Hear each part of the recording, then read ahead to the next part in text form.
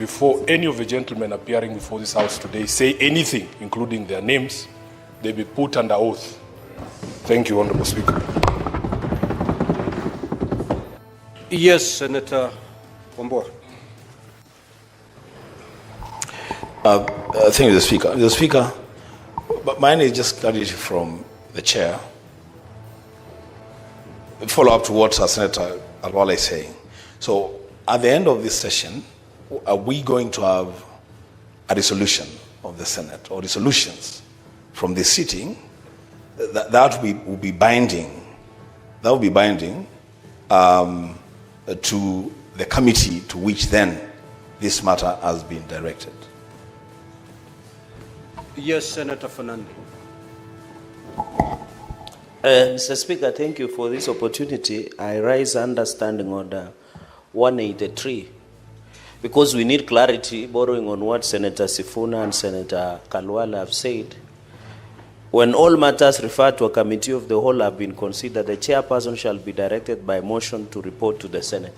Mr. Speaker, you are the one, and of course, I believe in your capacity and ability to chair, but my only concern, I know we can establish traditions and precedent, that our standing order under 183 directs that the chairperson of the committee of the whole will be directed by the motion of the Senate to be prepared. So my question, would it be you or the chairperson of national security, so that you are the neutral arbiter, so that when the motion will be moved with the resolution of the Senate under your Solomonic guidance, which you did yesterday, I think there needs to be clarity, because now that the mess is no longer there, and this is the committee of the whole, and I'm well versed with the establishment and the ground rules of the committee of the whole, Mr. Speaker, will it be in order that now that we have transit as a committee of the whole, with all tremendous respect for the chairperson of national security, which will be directed by standing order number 183 to prepare the report. So we need that clarity, Mr. Speaker, so that when we are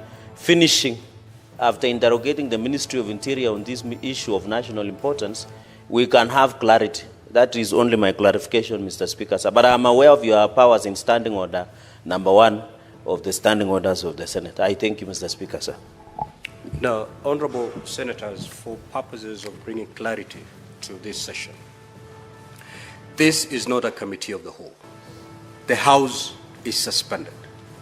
We have just suspended the sittings of the Senate pursuant to Standing Order 38. And therefore, this is not a committee of the whole. I don't need to report after this to any other person, or a motion will not be caused or ensue after this session. We have suspended the sittings of this House so that we can have a session with the CS and his team. Now, honorable senators, I repeat, this matter has been committed to the Standing Committee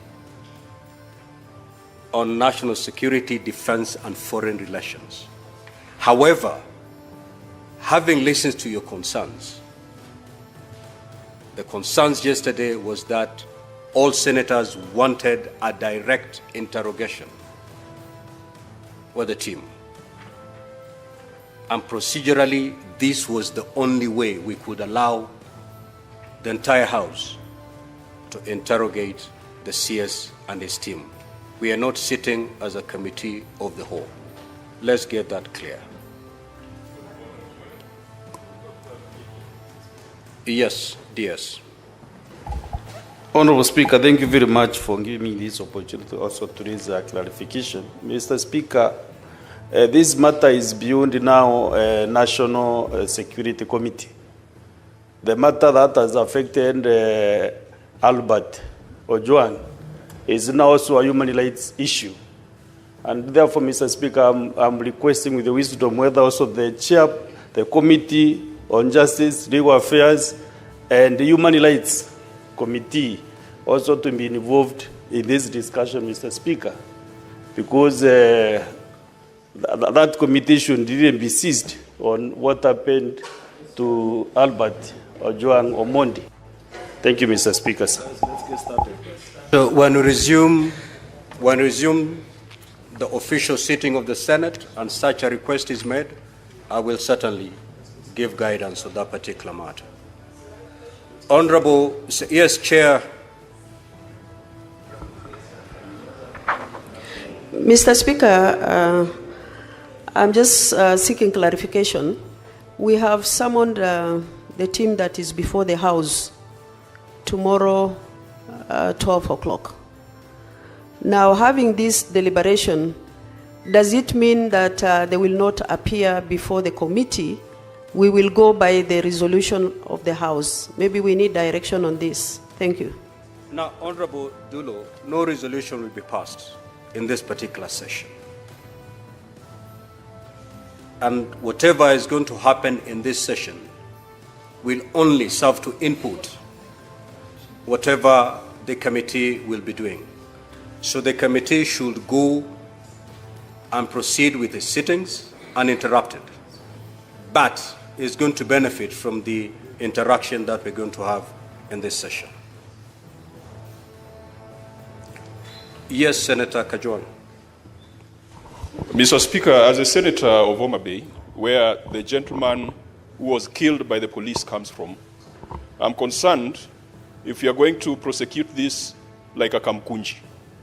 Mr. Speaker, please give us the assurance that we shall go pursuant to Article 125 of the Constitution and examine the witnesses on oath.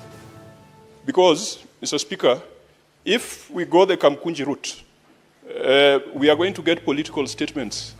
We are going to be told people hit their heads on walls, and there'll be no consequences. So, Mr. Speaker, please, you have given directions that the House has been suspended, but please, let's enforce the issue of oath. That will give some comfort to the people of Homa Bay, to the parents, to the people who are watching, and will bind the witnesses to tell us the truth and nothing but the truth, because the consequences of that would be contempt of parliament, perjury, and those are criminal offenses. Thank you, Mr. Speaker. Very valid. Honorable Senators, we need to start this session. We need to start the session. And just following on what the Honorable Senator for Homa Bay has said, we are here to hear nothing but the truth. And the only way we can be able to get the truth is when statements are made under oath.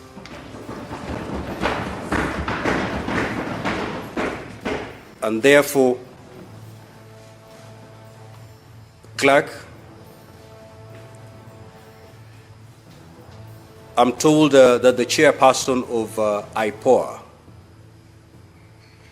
is not in, but the deputy is present. Is that the position? Clerk, Honorable Senators, this question is to the clerk. Allow him to respond for purposes of the record.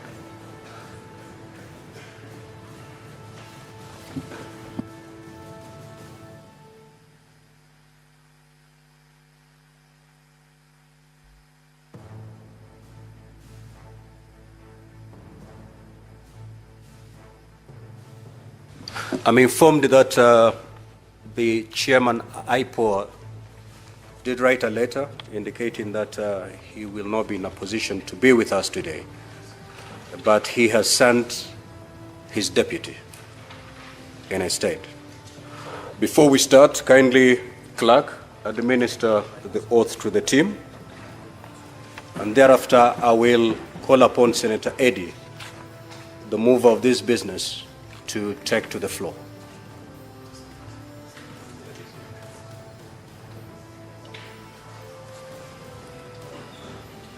No.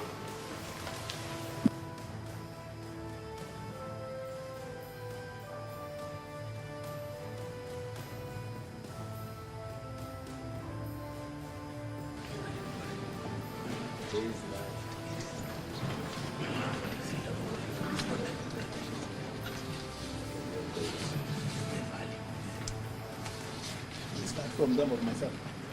You start from me or them? The speaker will advise. Okay. Yeah. Clerk, kindly proceed to administer the oath. We will start, of course, with the CS, who is the head of the team.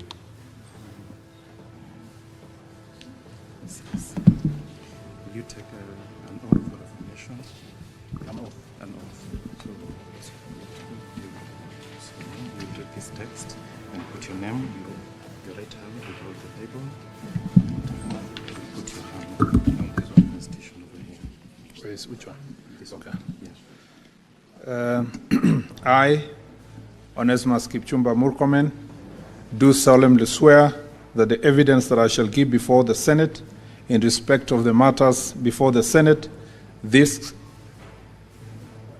committee shall be the truth, the whole truth, and nothing but the truth. So help me God.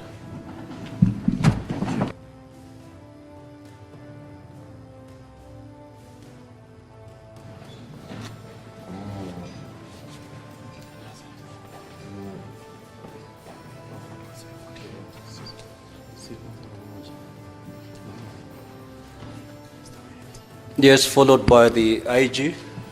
Hello, Mr. IG. Will you take an oath or affirmation? An oath you take with the Holy Book on your hand. An affirmation you just raise your. Which religion do you ascribe to? I'm a Christian. You're a Christian, so you hold the Bible in the right hand and your left hand will hold the Constitution. Just place on it, then you insert your name here and read the text of the oath. I, Douglas Kanja, the Inspector General, do solemnly swear that the evidence that I shall give before the Senate in respect of the matters before the Senate Committee shall be the truth, the whole truth, and nothing but the truth. So help me God. Thank you. That's all. IPOA.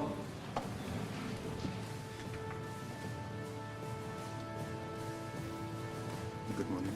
Will you take an oath or affirmation? The oath you take with the Holy Book. Are you a Christian, Muslim? Christian. All right. So you hold the Bible on your right hand and your left hand will be on the Constitution. You will read and insert your name here and read the full text. Except this, Yeah, the cancelled one you don't read. Okay. I, Anne Wanjiku Mwangi, do solemnly swear that the evidence that I shall give before the Senate in respect of the matter before the Senate shall be the truth, the whole truth, and nothing but the truth. So help me God. The National Police Service Commission.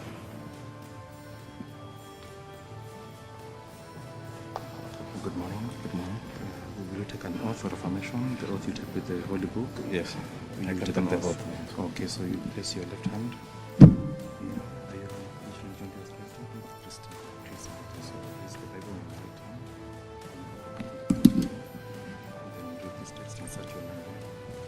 I, Edwin Kiprono Cheluket, Vice Chairperson, National Police Service Commission, do solemnly swear that the evidence I shall give before the Senate in respect of the matters before the Senate shall be the truth, the whole truth, and nothing but the truth. So help me God. Thank you. That's all. The DCI.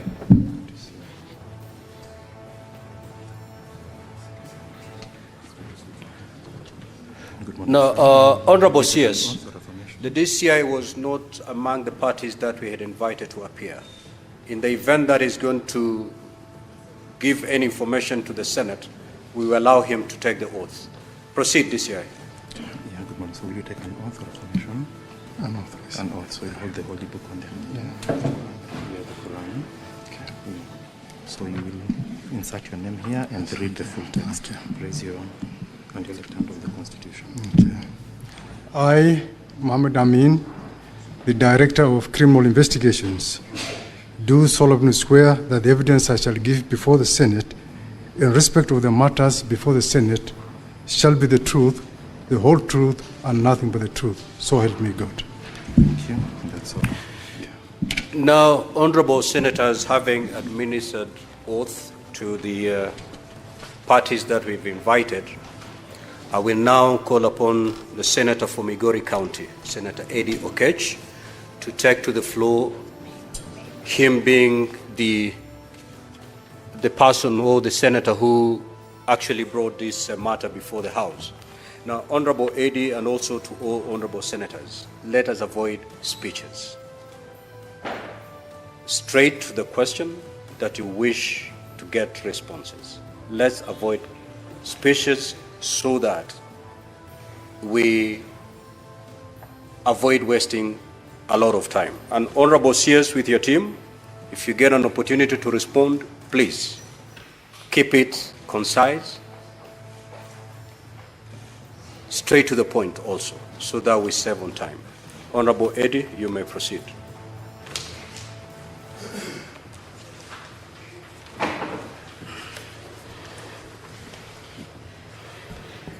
Thank you, Mr. Speaker. This is a request for a statement on the unfortunate death of Albert Omondi OWJANG while under police custody. Mr. Speaker, sir, once again, I do rise pursuant to Standing Order number 53-1 to seek a statement from the Committee of National Security, which now has informed this, on a matter of national concern regarding the tragic death of Mr. Albert Omondi OWJANG, who is a resident of both Migori and Homa Bay counties under police custody. And Mr. Speaker, sir, desirably so, in this statement, Mr. Speaker, I noticed that the death of Mr. OWJANG has caused widespread grief and outrage within the country. And Mr. Speaker, the late Mr. OWJANG sustained fatal head injuries while in police custody at the Central Police Station in Nairobi, following his arrest by police officers in Homa Bay County, raising serious concerns and questions about police brutality, abuse of authority, and the lack of immediate accountability by the responsible officers. Mr. Speaker, therefore, in this committee, the following should be addressed. The circumstances that led to the death of Mr. Albert Omondi OWJANG, including a detailed account of the events surrounding his fatal injury. Secondly, Mr. Speaker, we would wish to know actions taken by the National Police Service and the Independent Police Oversight Authority, IPOA, to investigate the incident, including whether any officers involved have been interdicted or subjected to disciplinary or criminal proceedings. And Mr. Speaker, we would also wish to know the measures the Ministry of Interior and the National Police Service are implementing to prevent police brutality and ensure accountability, particularly in handling civilians during law enforcement operations. And Mr. Speaker, two specific elements of this, if you allow me, is in this sitting, we want to be very clear on who in the eye of the minister and or the CS, who in the eye of the IG are the suspects in this matter, so that in an issue of murder that has ensued, we've seen when our colleague died here, Mr. Speaker, Honorable Ngondo Were, may his soul rest in peace. Mr. Speaker, the people who were termed as suspects were put in custody, and then even if investigation were going on, they did statements while in custody. Why is this different?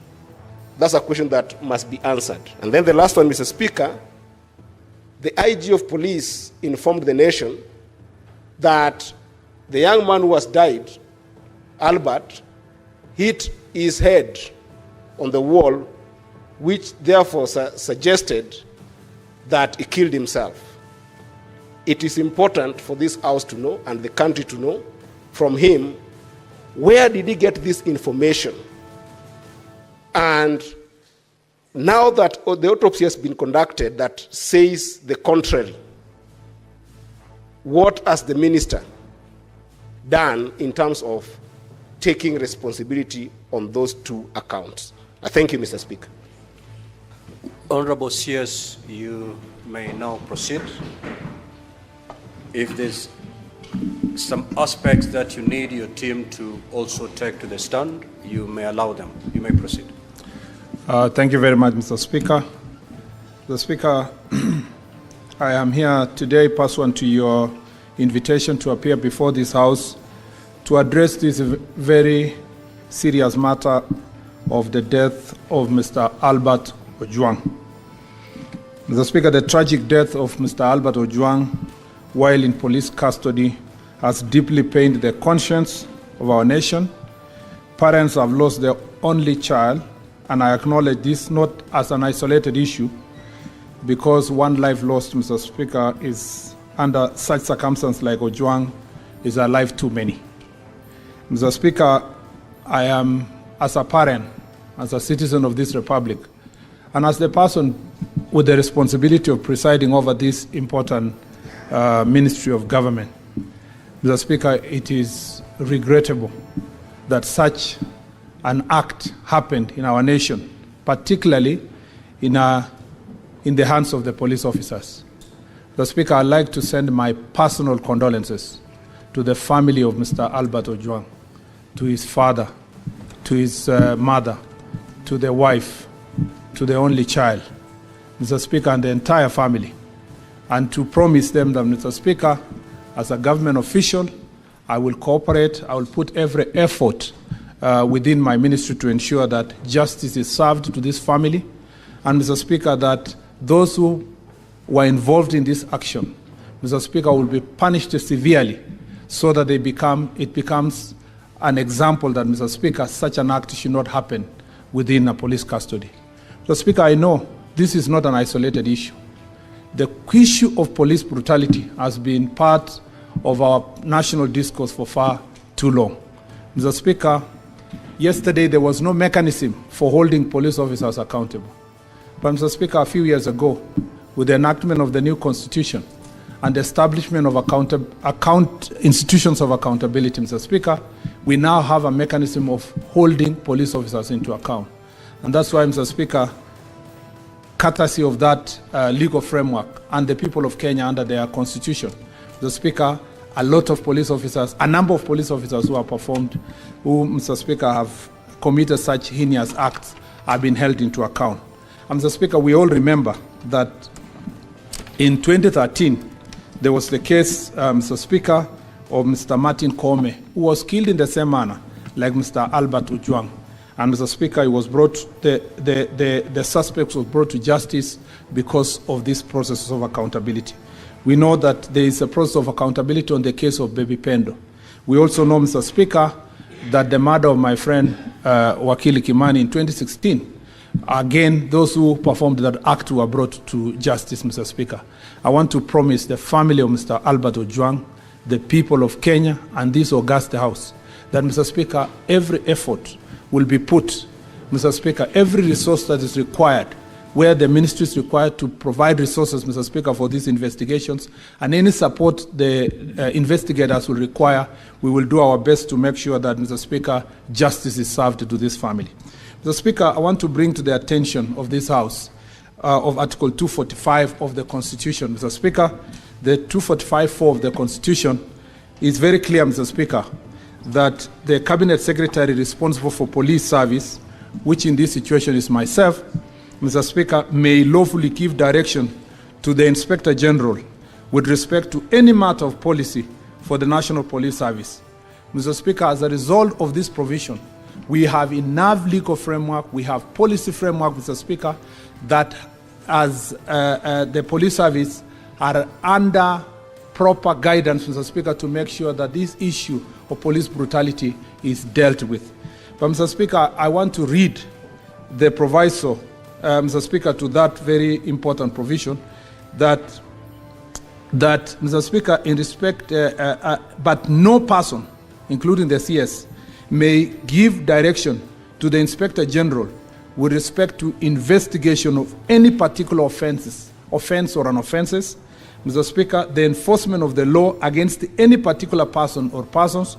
And 3, Mr. Speaker, the employment, assignment, promotion, suspension, of dismissal of any member of National Police Service. Mr. Speaker, we all know that because of our robust constitutional order, the independence of institutions is an extremely important value in our Constitution. And as a result, Mr. Speaker, to insulate the National Police Service from interference from the executive, even the President, Mr. Speaker, is barred from giving directions to Inspector General of Police in regard to any investigations that are going on in a particular matter. So my position, Mr. Speaker, is confined in law to the place where I give either policy directions that must be put in writing under Article 245 of the Constitution, and, Mr. Speaker, also to provide support, financial support, Mr. Speaker, and other resources that the Parliament, Mr. Speaker, has also the responsibility to provide these resources through the relevant institutions. So I sympathize with the position of Honorable AD. Mr. Speaker, I agree with him that something has to be done. But, Mr. Speaker, he has asked a very pertinent question as to who is the culpable person through my eyes. Mr. Speaker, unfortunately, the Constitution did not give me the eyes to see who is culpable. Those eyes have been given to the investigatory authorities under 245 of the Constitution, and that is why you rightly invited me, but also invited the independent institutions, Mr. Speaker. I am confident, and this is the promise I give to the people of Kenya, that we will do everything within the means to ensure that there is no interference, there is no shielding of any individual, there is no cover-up, Mr. Speaker, from the part of the executive, and that, Mr. Speaker, that Inspector General of the Police and the Independent Police Oversight Authority, which again, Mr. Speaker, in Article Section 4 of the IPOA Act, have been given independence, Mr. Speaker, in all matters of investigation regarding matters related to police brutality and police Mr. Speaker, crimes committed by police officers. Therefore, Mr. Speaker, should questions arise that touch on policy issues, that touch on the ministry's policy contribution, Mr. Speaker, I am more than happy to respond. But I am glad to note that, Mr. Speaker, we have with us the Inspector General of Police, who exercises that independent authority, Mr. Speaker. We are here with the IPOA, and, Mr. Speaker, we have agreed, Mr. Speaker, that the Inspector General of Police is going to therefore delve into the matter itself of what really happened so that this House can get the proper information. And then as a Cabinet Secretary, I will continue with my oversight responsibilities from the ministry side with policy directions and to respond to this House on those issues that are policy in nature. Mr. Speaker, with your permission, therefore, I would like to invite the Inspector General of Police to first give us really an account of what really happened. And, Mr. Speaker, let it be known, not just to this House, but to the country, that in the same manner that this House is demanding accountability, is the same manner I demand accountability from the Inspector General of Police, not to myself, but to the people of Kenya through this office, because this is the office of the CS that in most cases comes to this House and many forums to respond to the issues that are happening in the Inspector General's office.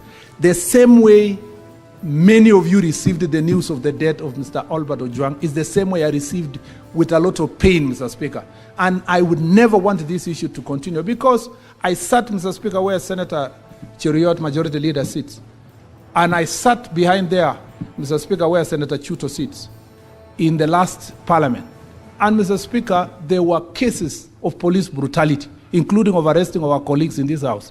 My name and my report is on the record of this House, in the hands of this House, really advocating for good behavior among the police officers. And I think, Mr. Speaker, even as we push it from the executive, I expect the same support from this House as we push all Order, the police side. Honourable Senators, Mr. may Speaker, the CS be heard in silence.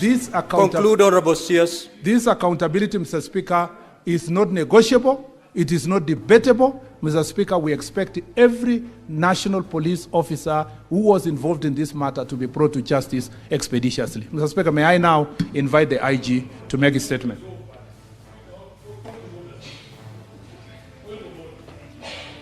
Senators will have an opportunity to speak.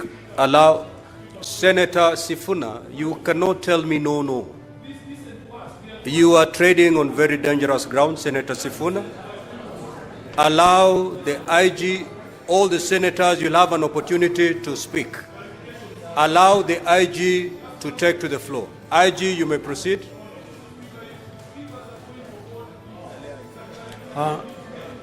Thank you very much, Mr. Speaker, sir.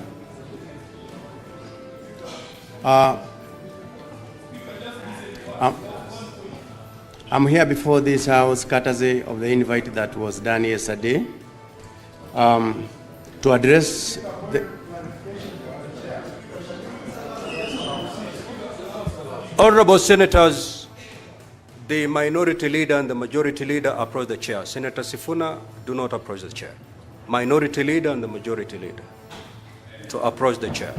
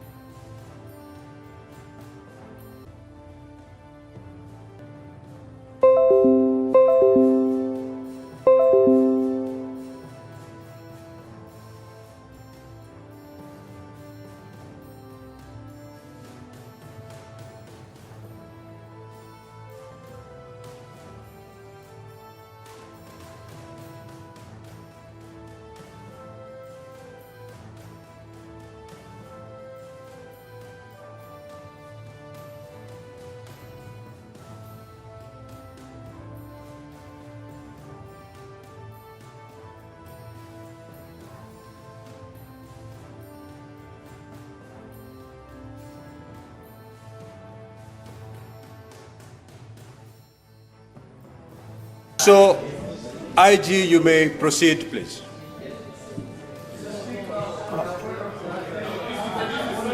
Just approach the chair.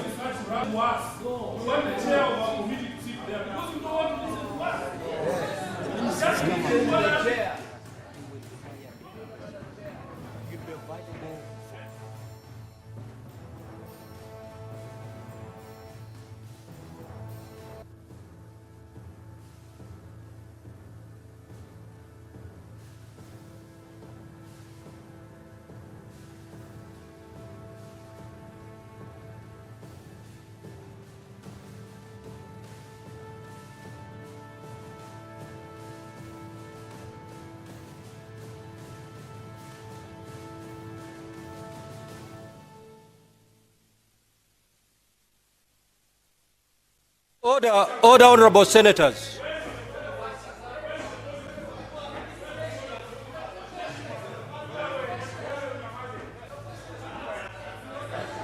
Order, honorable senators. Order, honorable senators. Now, honorable senators, this matter has affected everybody. It did not affect just a single senator. It has affected everybody. Everybody is in pain. So let us not try to show the world that it is only an individual in this chamber that is in pain. Honorable Senators, the CS has made his opening statement. He'll be open to interrogation by honorable senators. Now, we may elect to pursue this matter in these two options. Having given his statement, his opening statement, we interrogate him and dispense with him. Senator Sifuna. Senator Sifuna. Honorable Senators, we are not here for TikTok bites. We are here on a very serious matter. Okay?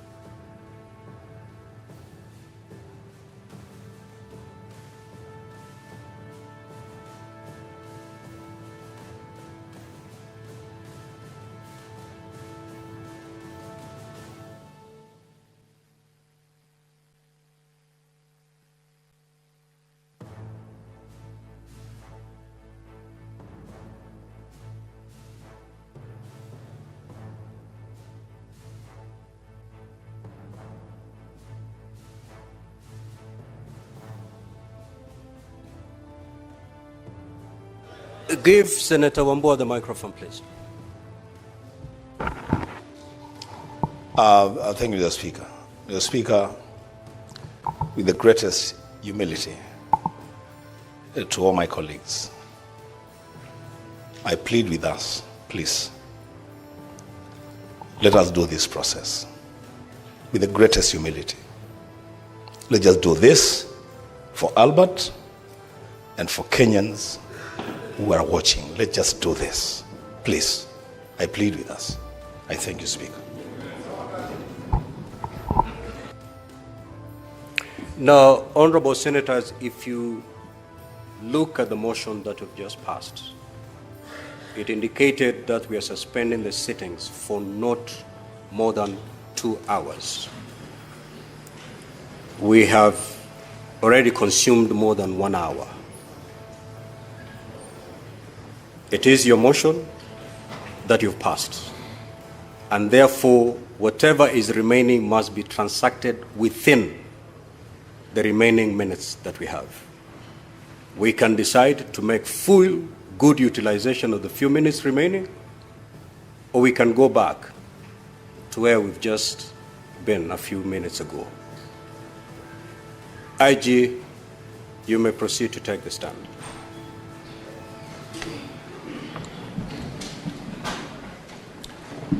Mr. Speaker, sir, once again, thank you very much.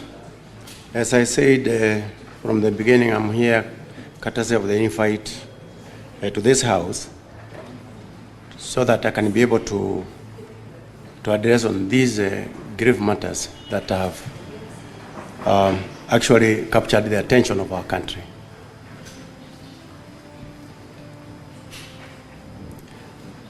The National Police Service deeply regrets the unfortunate events that resulted in the death of Mr. Albert OWJANG while in police custody.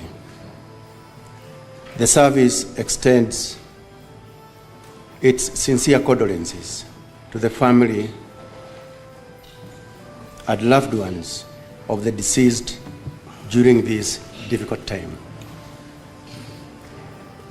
In line with our commitment to accountability and transparency, the service pledges full cooperation and support to the Independent Policing Oversight Authority, IPOA, as they undertake a thorough and independent investigation into the matter. In view of the above, the service wishes to provide the following chronology of events leading to the arrest of Mr. Albert OWJANG. The summary of incidents.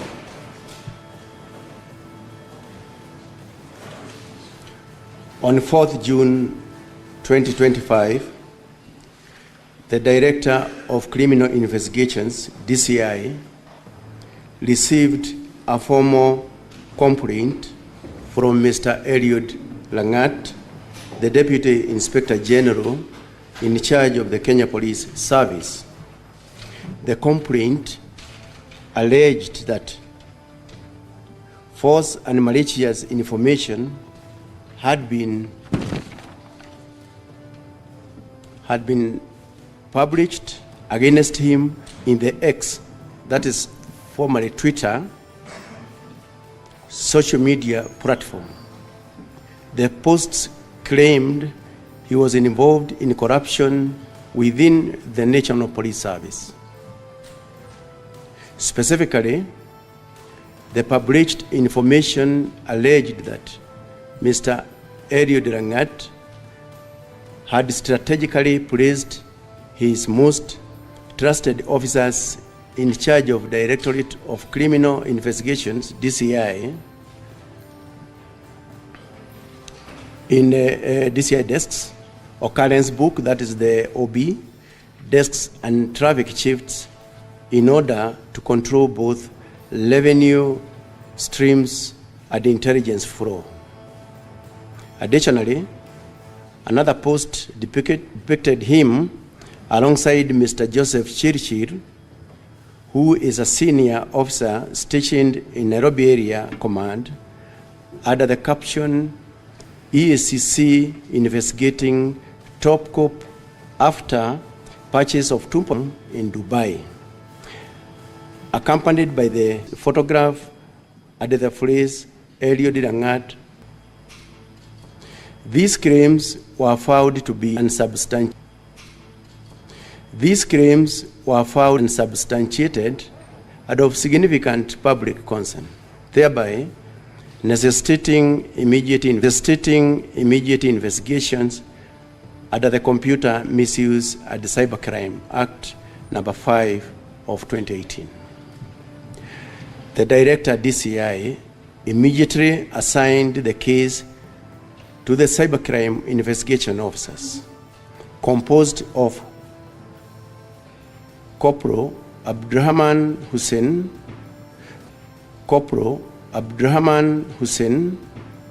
Police Constable Dennis Kanyoni, Police Constable Samuel Kamau, and the Police Constable Milton Mwansi. The same day, Mr. Hilary Mutai, Senior Superintendent of Police, who is the officer in charge Serious Crimes Unit, domiciled at the DCI, and the Police Constable Milton Mwansi visited Vigilance House, that is the police headquarters, to record the complainant's statement. To verify the claims, the investigating team wrote a letter to the Ethics and Anti-Corruption Commission, the EACC, to confirm whether Mr. Eliud Langat was under any investigation. Similarly, a request was made to the Communications Authority of Kenya, CAK, in writing to provide registrations, details, and preserve posts associated with the X account handle at Pixel Pioneerai, account name Pixel Pioneer. On 4th June 2025, CAK responded confirming that the handle was active and had 13,400 followers. On 5th June 2025, the EACC responded in writing confirming that Mr. Eliud Langat was not under investigation by the Commission. On the same day, the investigating team requested additional information from the CAK regarding another X account handle at Kevin Mwesicheles, account name Kevin Mwicheles. The CAK responded with the registered details and relevant posts of the account. Following the evidence analysis, the investigating team concluded that, number one, the EACC had not initiated any investigation against Mr. Eliud Langat media claims. Number two, CAK reports linked the post directly to the identified suspects. Number three, there existed a prima facie case warranting the arrest of the individuals responsible for the false publication, contrary to Section 22, subsection 1 of the Computer Misuse and Cybercrimes Act number 5 of 2018. On 5th June 2025, the investigating team traveled to Kisii County and reported to Kenyanya Police Station at the 23/05/06/2025 at 12:55 hours. They were assisted by Police Constable, noted by the Sub-County Criminal Investigations Officer, they arrested Kevin Moide at his homestead. He was station FID OB number 25, station FID OB number 25/05/06 of 2025, and later transferred to DCI headquarters FID occurrence book number 25/05/06 of 2025. Kevin Moide provided a statement and disclosed the involvement of 4 other individuals, one being Albert OWJANG, now the deceased, Dorcas Mawia, Douglas Maligiri, and Peter Bogwa. He also chaired their respective ex-account handles. The team's analysis of Albert OWJANG's ex-account revealed that he had posted similar defamatory content, and consequently, on 7th June 2025, the investigation team traveled to Homa Bay County and reported to Mawego Police Station. They were provided with 3 officers from the station by the officer commanding the station, the local OCS, to accompany them, and subsequently Albert OWJANG was arrested at the booked FID OB number 09/07/06/2025. His departure for Nairobi was recorded FID OB number 11/07/06/2025 in the same police station.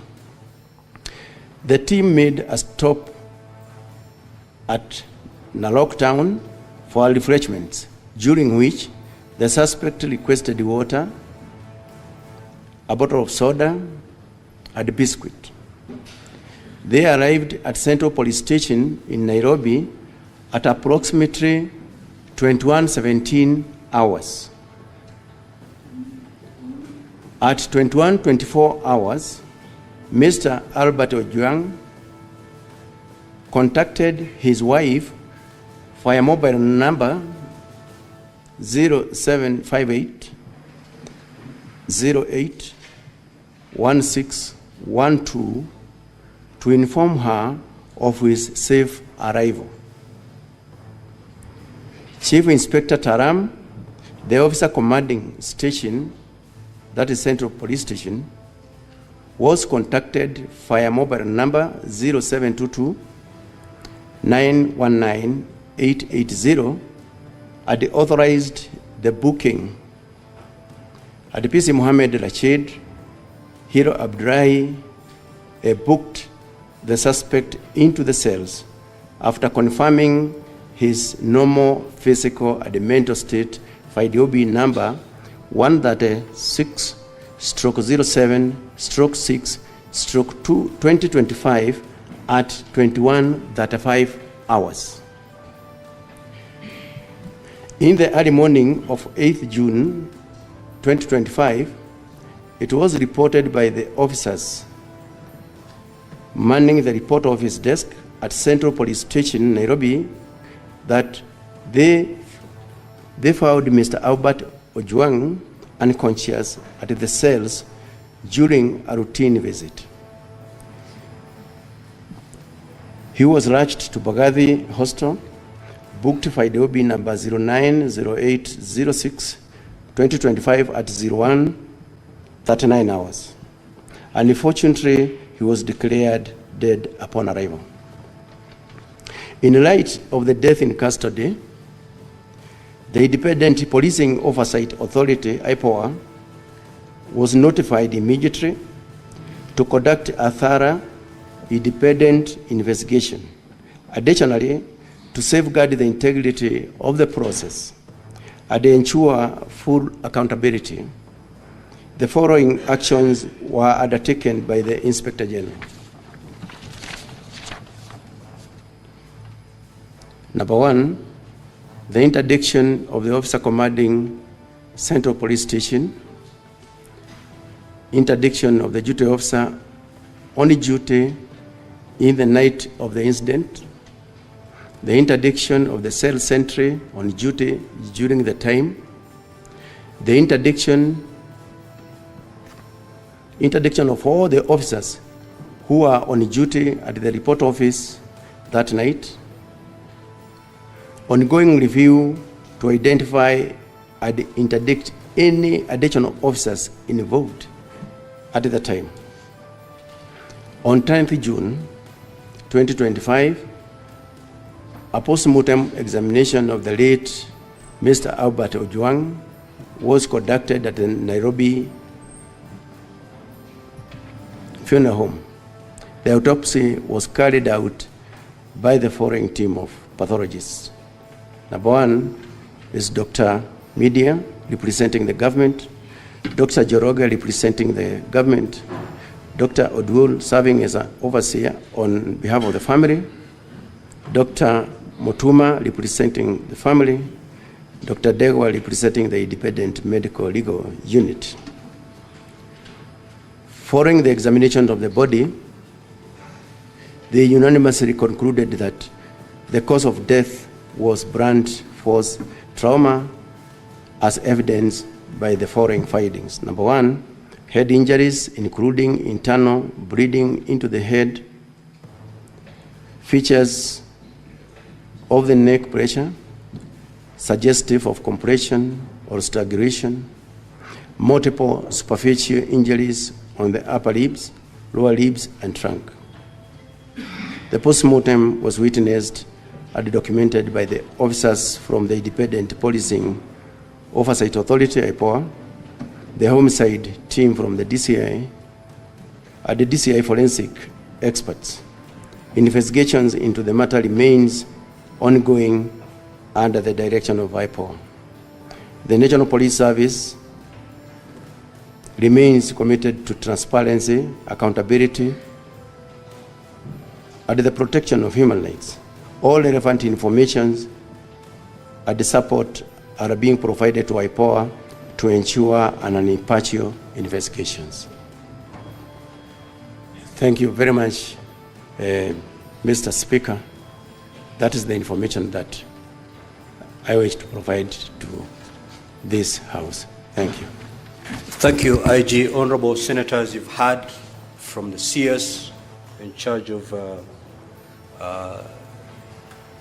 Interior and National Administration. We've also heard the IG giving an account of how this young man met his death.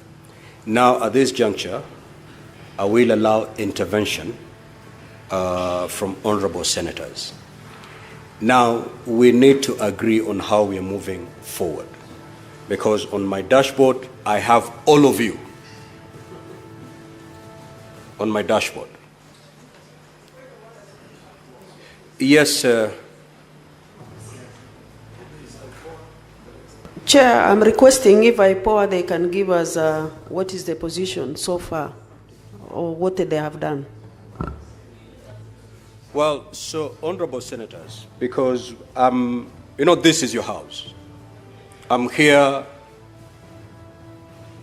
to make sure you conduct the business in an orderly manner, but this is your house. During the unfortunate incident that we've just witnessed, there was a school of thought that you'd wish to hear one witness, cross-examine that witness, dispense with that witness. Then there was another school of thought that in the interest of time, we hear all the parties that have been summoned. Kenya is in shock and mourning. And then thereafter, the name at we the allow center of honorable each hall, senators to shoot Deputy questions. Inspector Because General I Lahat, may not have a question now known to the as honorable the king CS, of but my murdering question may be Gen Z directed to and the IPOA, king for example. of corruption. A new investigation by we Standard may Gazette has agree to unearthed hear all the staggering parties claims that are that before over us, 100 million And then Kenya if you shillings take to the every floor, single month you is direct being the question siphoned to the off party by Nairobi. you feel your question will adequately be addressed. Could we have IPOA on the stand?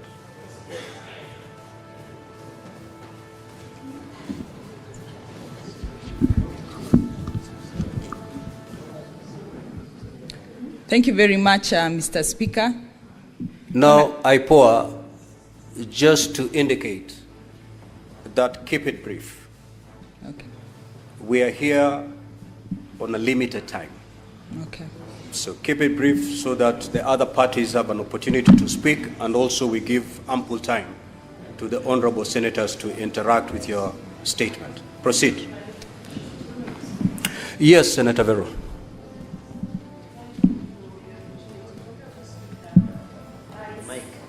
Me the mic. Honorable Speaker, I just need a clarification from you, Chair, whether it's possible to extend by 1 hour because we might not finish within the 30 minutes. Is it possible? Because the questions might not find time. The Speaker has discretion and...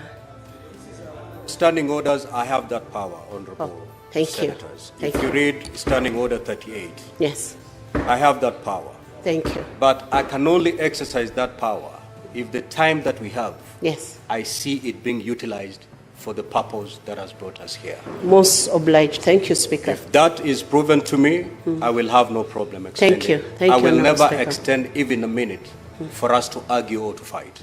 Okay. I will extend, even if it's 1 hour, 2 hours, for us to dig deep in this matter. Not Thank for you, side Honourable shows. Speaker. Side shows, I will not give them even a minute. Proceed, IPOA. Thank you, Mr. Speaker, sir, and this honorable house. As I said, my name is Anne Wanjiku.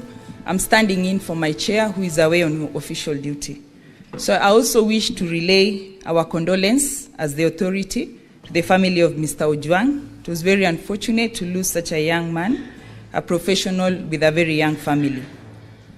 So, Honorable Speaker, we have been mandated as IPOA to oversight police on issues of crime, criminal offenses, and the recent judgment by Mugambi J that IPOA has the sole mandate to investigate police on criminal matters.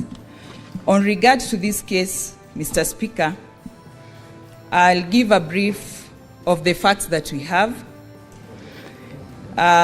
From start, the DCI received a complaint from the DIG, Kenya Police, Mr. Eliud Lagat, through a letter referenced DIG CC POL Volume 2, 72 dated 4th June, where he alleged that he suffered continuous false and malicious publications on X account, formerly Twitter, with the username Pixel Pioneer, and requested investigations with a view to establish the person and motive behind it.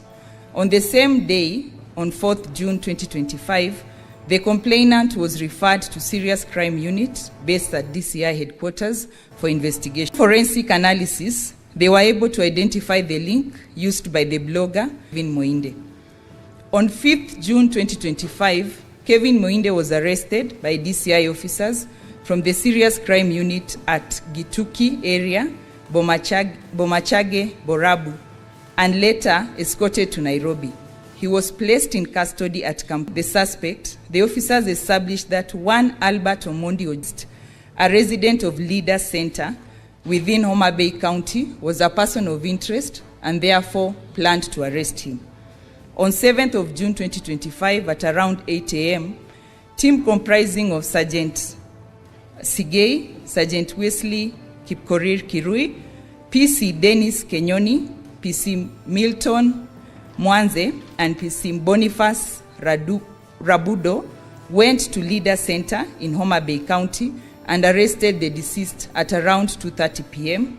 and took him to Mawego Police Station, and they later in custody via OB 10-7/6 of 2025. At around 3:54 p.m., the deceased was booked out via OB number 11/7/6 of 2025 and escorted to Nairobi, where he was booked at Central Police Station via OB number 136/7/6 of 2025 at 9:31 p.m. On 8th June 2025, according to the police signal, the deceased was rushed to Bagathi Hospital by police officers from Central Police Station, where he was declared dead and later taken to City Funeral Home. The authority learned of the death of Albert OWJANG in police custody on 8th June from the media, as well as through the police signal sent to the authority by the IG, and immediately we have achieved the following tasks, Honorable Speaker. The scene was visited and documented for the purpose of preserving the integrity of the evidence, to establish the sequence of events, and identify any indicators of misconduct. Were collected from the scene, and blood spatter analysis was as. 3, all relevant police documents were collected from Central Police Station. The CCTV DVR was seized and forwarded for forensic analysis. Statements from all the 5 DCI arresting officers were recorded. A letter addressed to Bagathi Hospital requesting information on whether the deceased was treated at the facility was delivered. A reply is expected by 11th of June, that is today. The family of the deceased was contacted. Potential witnesses were also identified. The occurrence book records were obtained from Mawego Police Station. The post-mortem examination was attended, and a copy of the report was obtained. The samples drawn from the deceased body were secured and are pending onward transmission to the government chemist. The statement of one detainee held at Central Police Station was also recorded. The following are the pending tasks, Mr. Speaker: to forward the collected samples from crime scene for analysis, to forward samples collected from the deceased body for analysis, to record a statement of other potential witnesses and family members, to record the statement of the officers from Central Police Station today, and the statements were to start, the recording was to start at 9 a.m. at our offices at the headquarters, collect medical documents from Bagathi Hospital, that is the feedback, and analyze evidence and also to generate a report on the same. The key findings: 1, that the CCTV systems located at OCS office had been interfered with. Number 2, that the post-mortem conducted on 10th June 2025 revealed the cause of death as head injury due to blunt force trauma, neck compression, and multiple subcutaneous bruises all over the body. This, Honorable Speaker, the autopsy report and our preliminary investigation rule out the theory of suicide. Thank you, Honorable Speaker. The National Police Service.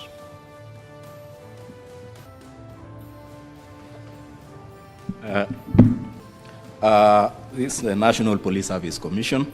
As you are aware, Mr. Speaker, we don't have full commission right now, but I'm standing in as the Vice Chair, awaiting the appointment of the rest of the commissioners to join the commission.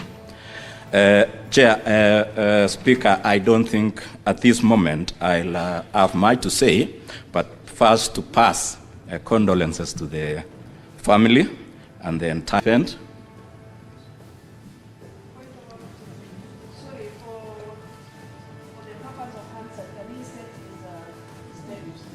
Oh, sorry. My name is Edwin Kiprono Cheluket. And as I've said, Speaker, we are waiting the rest of the commissioners to join us. Mr. Speaker, I only come in on 2 issues, disciplinary control in the National Police Service. And the issue of disciplinary control includes actions against police officers who have been convicted of disciplinary offenses, which include such circumstances as has happened today.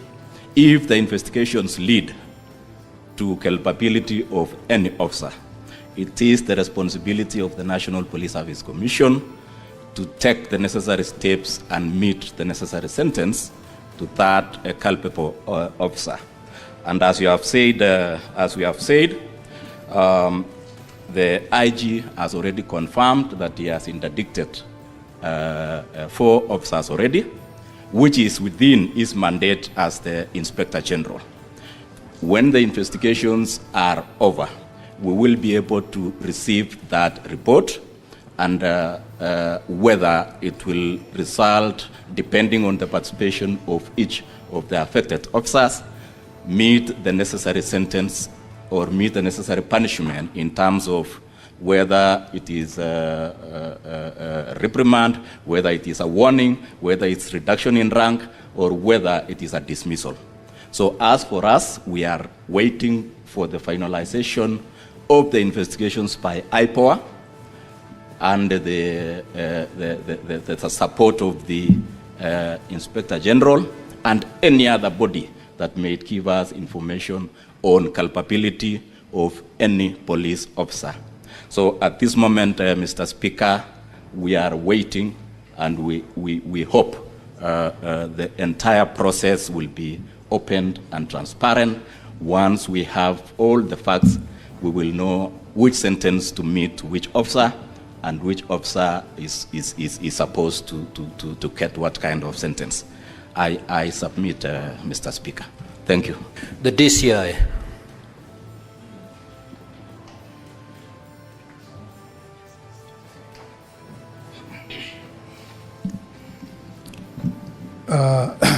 Thank you, Honorable Speaker.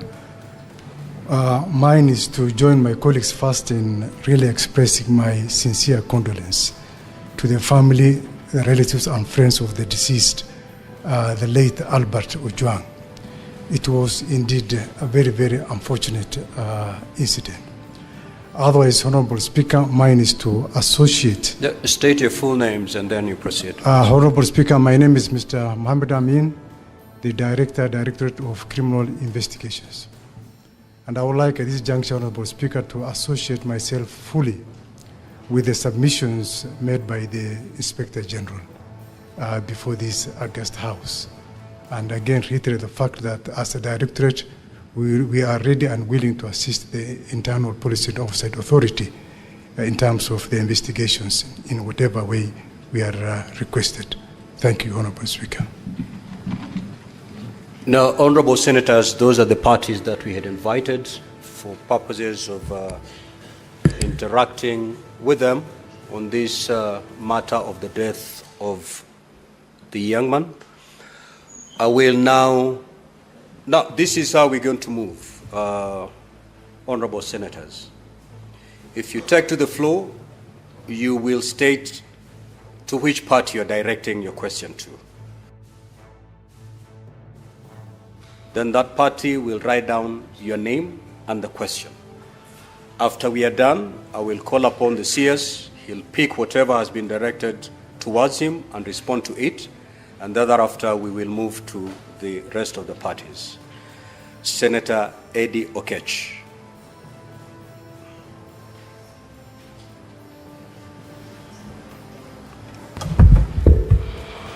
Mr. Speaker, my questions are two. And actually, Mr. Speaker, if you read my first question in this statement, it was very clear. And I'll repeat it for the purposes of the eyes, as said that he has no eyes and he has no ears. The question was the circumstances, including a detailed account of events surrounding his fatal injury.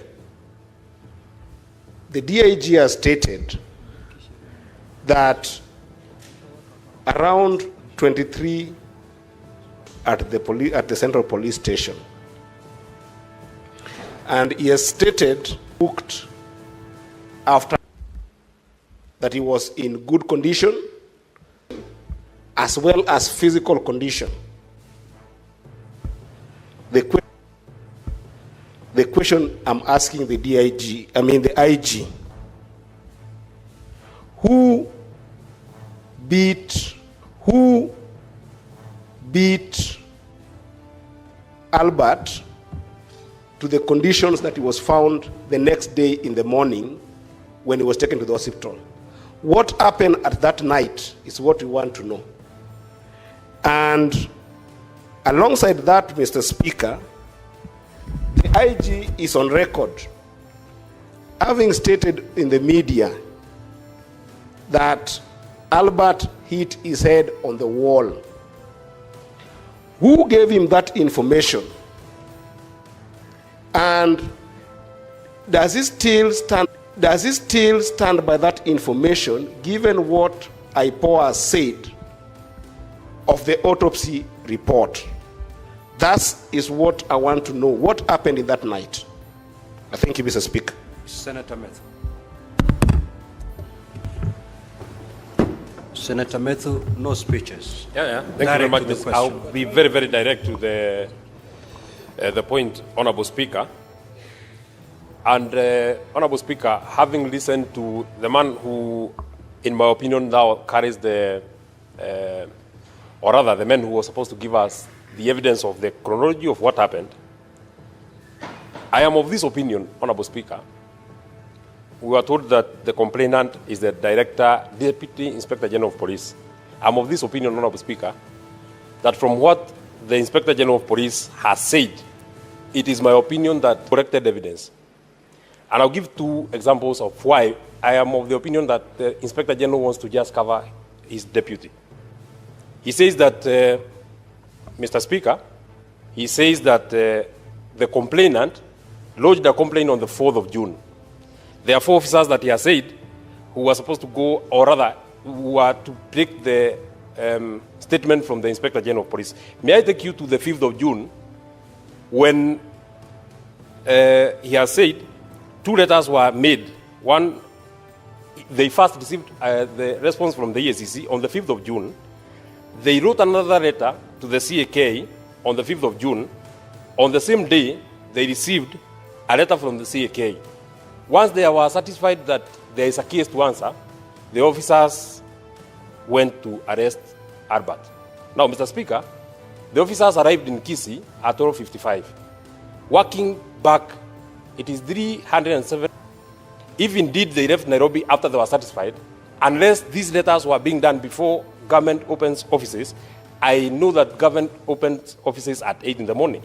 If they did a letter, for example, to the CAK at 8, and they got a response at maybe 8:15, if the government is so swift, then it means that they drove to Kisii in less than 3 hours. This, Mr. Speaker, cannot have happened unless there is evidence that of how.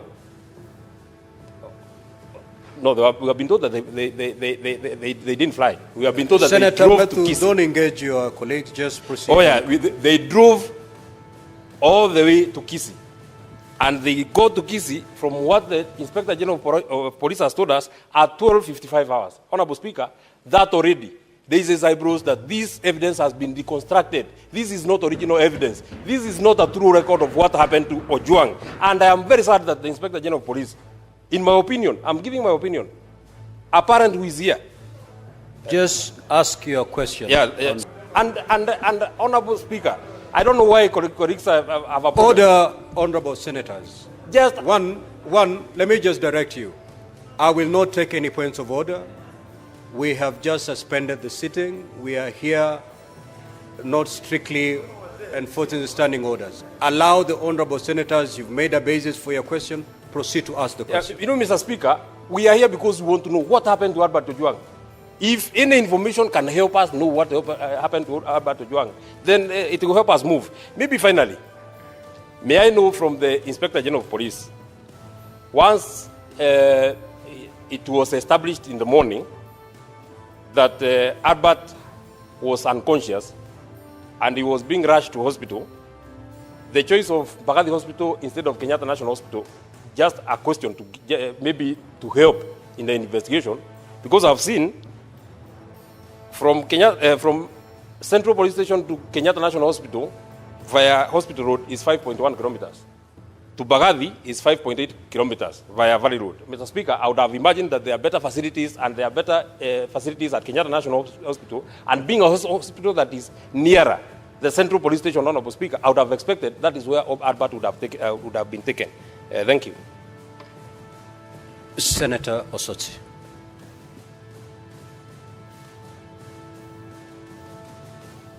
Thank you, Mr. Speaker. Mr. Speaker, I've listened to the IG very keenly, but I would like to know what brief, the specific brief that led to the suspension of the officers at Central Police Station.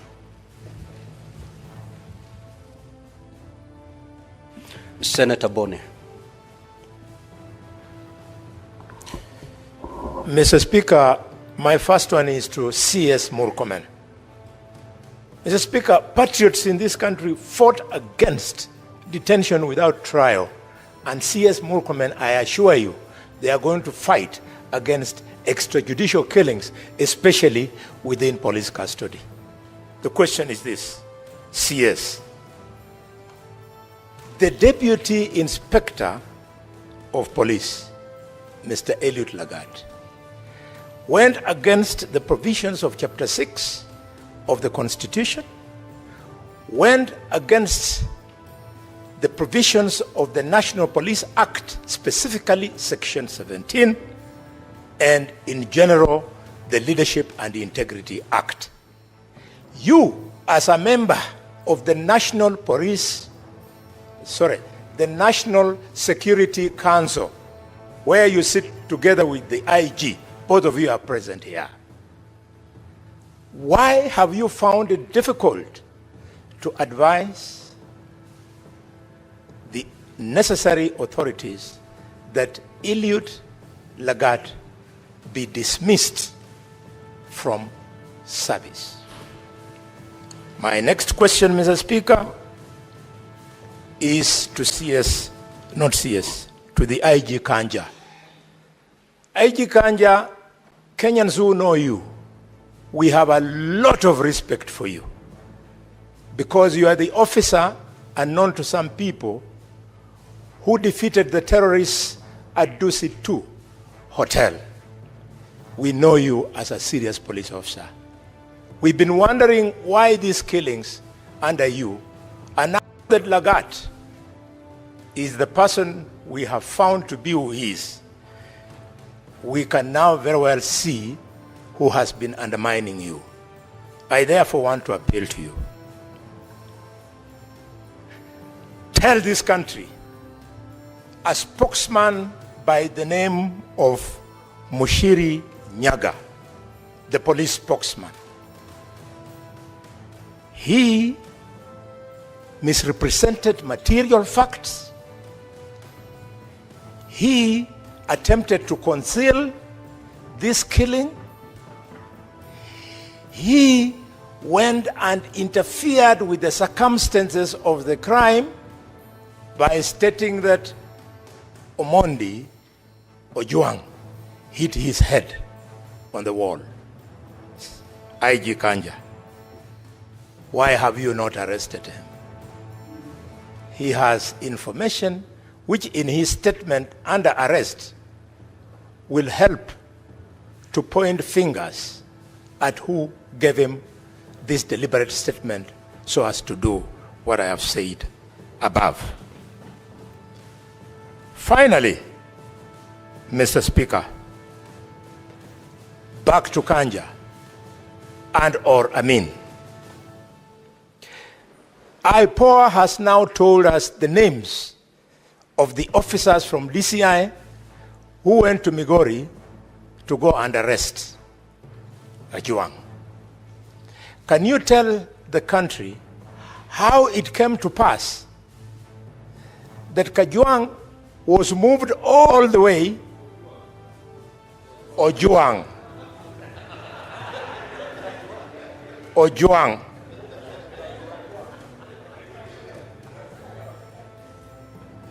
that OWJANG was moved all the way, hundreds of kilometers, contrary to the provisions of normal procedure that would have required that he be taken to the nearest police station in the jurisdiction where he committed, quote unquote, the said crime, and that if he needed to be moved, a magistrate needed to give permission for him to be moved all the way to Nairobi.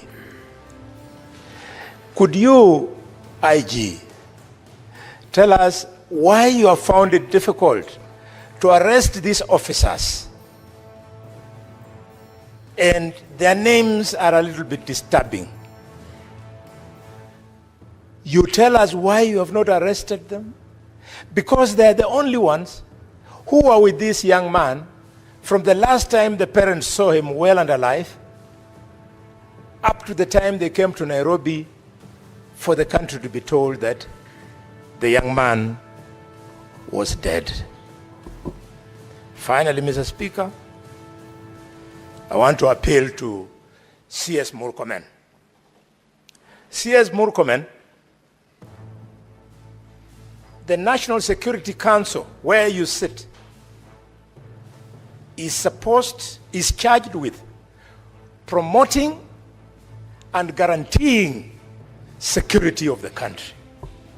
And you have the audacity to come and face the Parliament of Kenya and tell Kenyans that you don't see, you don't know.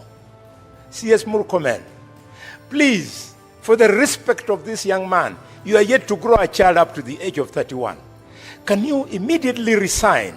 You are not fit to be in that docket. Please, I beg you, it is not personal. And if you think I'm joking, you are a well-read man. You know that in 2011, in Tunisia, a street hawker by the name of Mohamed Baouzi was killed.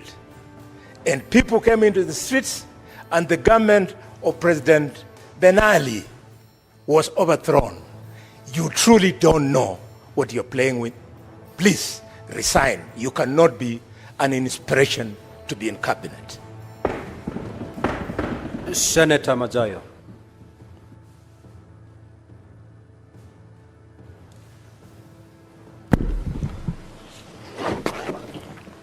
Asante mstahiki Spika. Swala langu la kwanza linakwenda kwa Inspector Generali. Inspector Generali, nataka atueleze wazi kabisa ni kwa sababu gani kulikuwa kuna lazima ya kwamba huyu mtu aliyeshikwa kule Homa Bay, huyu Kajwang, huyu Ojwang, sorry my brother Kajwang, huyu Ojwang aliyeshikwa kule kwa Homa Bay kuchukua safari ya masaa mengi kama hayo mpaka Nairobi, kulikuwa na sababu gani hapo katikati ya kwamba ni lazima aje Nairobi? Swala la kwanza. La pili, nataka kujua ni kwa sababu gani alipokuwa amefika Nairobi kulikuwa na wale mapolisi waliotangulia kuingia ndani ya cell na kuharibu vile ziko pale ndani, ili chochote kitakachofanyika pale ndani, atakayeingia na atakayetoka hataweza kuonekana katika ile kamera. Ni nani waliofanya kitendo kama hicho ambacho kiliweza kupoteza ile CCTV isiweze kuona ni nani aliyeingia ndani ya ile cell ambayo Ojwang alikuwa hapo? Na hatimaye mwisho, ile CCTV ambayo ingetusaidia wale watu, wewe mwenyewe ukiwa kipaumbele, ukisema ya kwamba pengine huyu alijigonga mwenyewe. Nataka kukuambia ukweli wa mambo ni kwamba kujigonga mwenyewe mpaka akajiua, unless alikuwa na akili punguani. Wale walioingia, wale mapolisi walio OWJANG ni kina nani? Tunataka kujua. Mr. Speaker, for the record, the name OWJANG in Luo means abandoned, neglected, and raised in hardship. And clearly, you can see it has come to be true in the case of Albert that we are talking about today. Mr. Speaker, can the Inspector General of Police withdraw and apologize in this House for the assertions that he made through the formal communication by the National Police Service that OWJANG killed himself? Mr. Speaker, in my culture, suicide brings stigma, and the IG of police has brought untold suffering, stigma to the family of OWJANG by purporting that this gentleman killed himself when the autopsy clearly reveals that he was killed in the hands of police. Can you direct the IG to apologize and withdraw on the floor of this House on the strength of the autopsy report? Mr. Speaker, secondly, there are many good officers in the National Police Service. We must agree. All the members of Senate here have 1 or 2 police officers assigned to them. And I think generally they are people of good conduct. But there are few bad apples. They are people of good conduct. But there are few bad apples, Mr. Speaker, that need to be fumigated. And that is where the National Police Service comes in, and the CS for Interior. Has a CS done any policy directives in writing pursuant to Article 245 to deal with those bad elements? Mr. Speaker, further, if you pursue the proximate cause theory, it was a complaint by DIG Lagat that led to the arrest of this young man in Lida, in Mawego, and that led to his death. Mr. Speaker, why is DIG Lagat still in office when it is his complaint that triggered the chain of actions and reactions that led to the death of this young man? Can the Inspector General tell us why? Can the CS tell us why? Because you cannot be in office still having authority and power, and you are the person who is being investigated. Mr. Speaker, I said there are many good police officers. The stepping aside of DIG Lagat is not going to lead to the collapse of the police force. And Mr. Speaker, what Kenyans want to see is DIG Lagat not just stepping aside, but he should also go to a police station and record a statement and have his fingerprints taken, because there is no way you are going to carry out an investigation without addressing the proximate cause of the chain of events that led to the death of this young man. Mr. Speaker, we have been told that there are other suspects that were mentioned. There was Kevin, who was taken to Kenya and ultimately, I think, ended up in Kamukunji.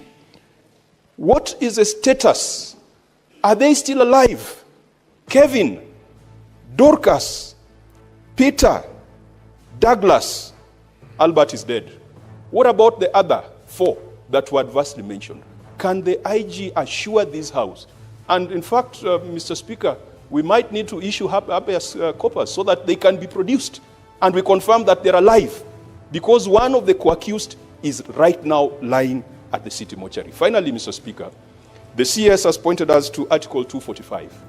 And Mr. Speaker, the CS is an illustrious former member of this House. I have a lot of personal respect for him. We are friends, we are age mates, and I believe we operate at the same intellectual bandwidth. But I fail to recognize when he becomes the cabinet secretary, Mr. Speaker. Because the things he spoke for, the things he stood for while in this House continue to happen unabated under his watch. He was very articulate and eloquent when talking about the killings in Elgeyo Marakwet, in Baringo. They are still happening today. He was very articulate one time when the police came to the presence of Parliament, Mr. Speaker. He moved this House to suspend its sittings and the Speaker ordered the police to exit the presence of Parliament. That is a gentleman who's today the cabinet secretary.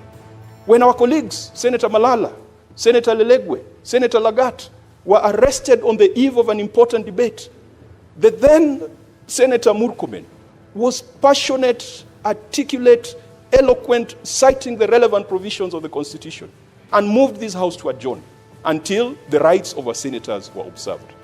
Could the CS tell us?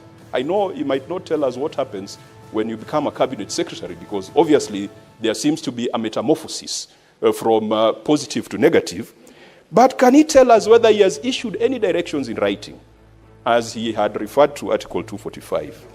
And he tables them before this House and before the relevant committee, whether he has given policy guidelines, prudential advice on extrajudicial killings, enforced disappearance, violation of rights of protesters, violations of rights of citizens, the emergence of vigilantes and non-state actors who are abducting people in this country. That is part of his responsibility. Can he confirm that he has lived to that responsibility? Thank you, Mr. Speaker. Senator Mungatana. Asante sana Bwana Spika. Bwana Spika, kifungu cha 239 cha katiba ya Kenya inasema vitengo vya usalama ni vitatu: Kenya Defence Forces ama jeshi, National Intelligence ama majasusi, na polisi. Na inasema mamlaka hizi tatu katika hicho kifungu ziko chini ya wananchi, yani under civilian authority.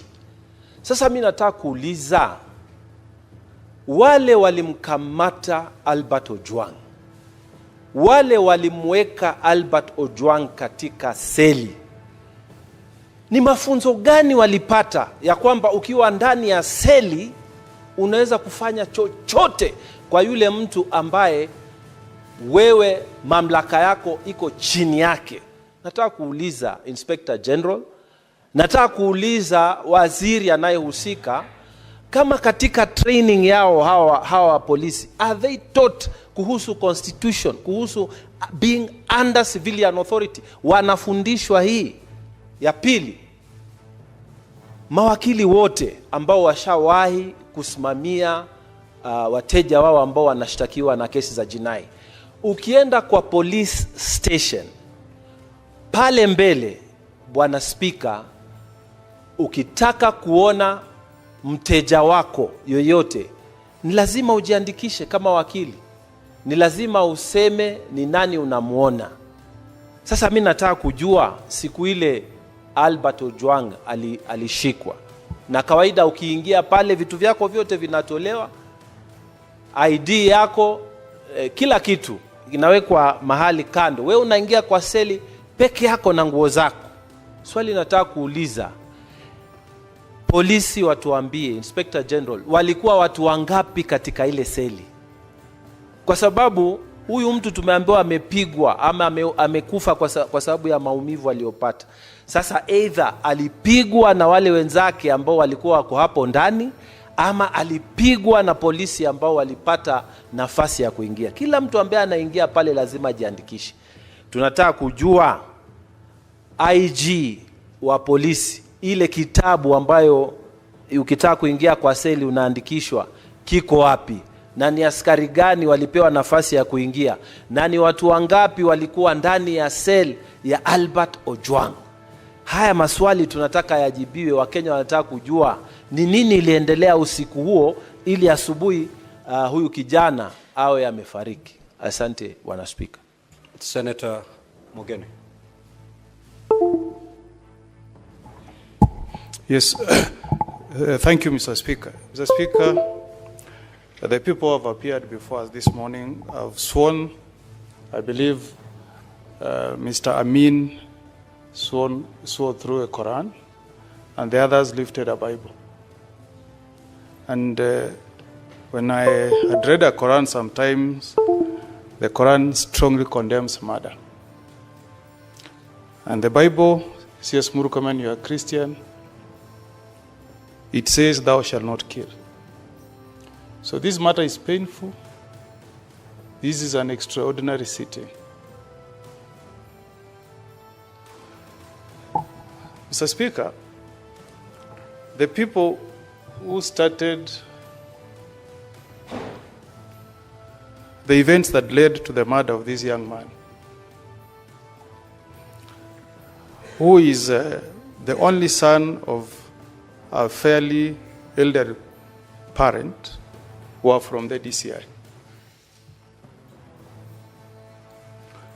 And when you was picked from Homa Bay, I believe he was first taken to DCI. And Mr. Amin, I want to look at you, and you are a Muslim, and you have children. All of you have children. I also have children. Nobody will have any joy when you see somebody's son die. Honorable Mogeni, the 2 hours have lapsed.